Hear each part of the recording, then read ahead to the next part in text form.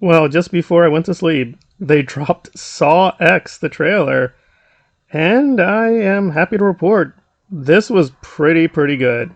Really, really good. There are a few things to nitpick, both internally and externally, but insofar as that this is a good snapshot of what they're going to give us, I am very pumped for what they're going to do with Saw X. If you are completely new to the whole Saw franchise, this technically happens between Saw 1 and Saw 2, and obviously being Saw X, this is going to be a little confusing for new people.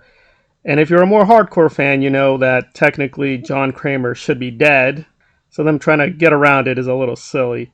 Now I'm somewhere in between. I saw 1 and 2 when they first came out back in the day.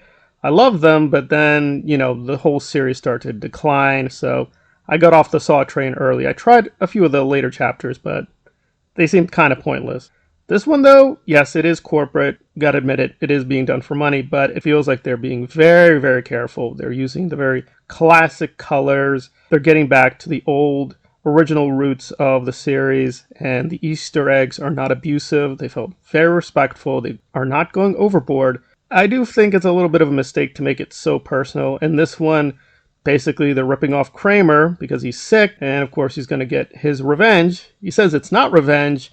It is revenge, and that takes a little bit away because usually I like when Jigsaw is not that personally involved with the victims. The way I always saw Jigsaw is he's more like an educator, right? He's trying to help people. He's not really a villain. So he's very unique among horror villains in that he's not much of a villain. He's just sort of a very bizarre or odd therapist who's trying to help people. And in principle, they should be able to escape the traps. But given what they did, the chances of anyone surviving are really weak. And of course, not to hurt the rest of the story, the likelihood that anyone is going to survive is very low.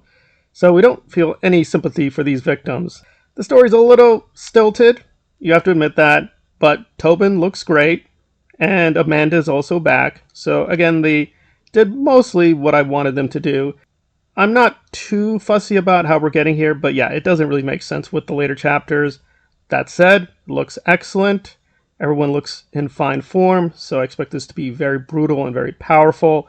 I hope they don't go too overboard with it being bloody, but overall, very impressive. I am very eagerly expecting what they're going to serve us up with Saw X.